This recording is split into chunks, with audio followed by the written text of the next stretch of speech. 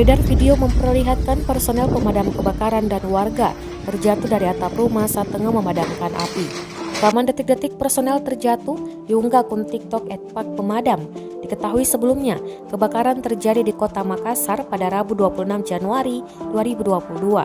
Kebakaran tersebut terjadi di Jalan Irian, Lorong 200, RT 001 RW 001, Kelurahan Butung, Kecamatan Wajo.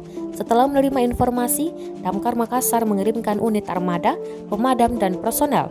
Dalam keterangan unggahan, disebutkan saat petugas hendak padamkan api, beberapa warga mengambil alih selang pemadam hingga terlepas. Warga diduga tak mampu kendalikan tekanan air sebelum petugas mengambil alih selang tersebut.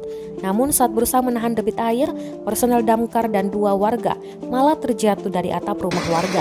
Dalam kejadian ini, 2 warga dan 1 personel damkar mengalami luka ringan di bagian tangan. Videonya pun menuai berbagai komentar dari warganet.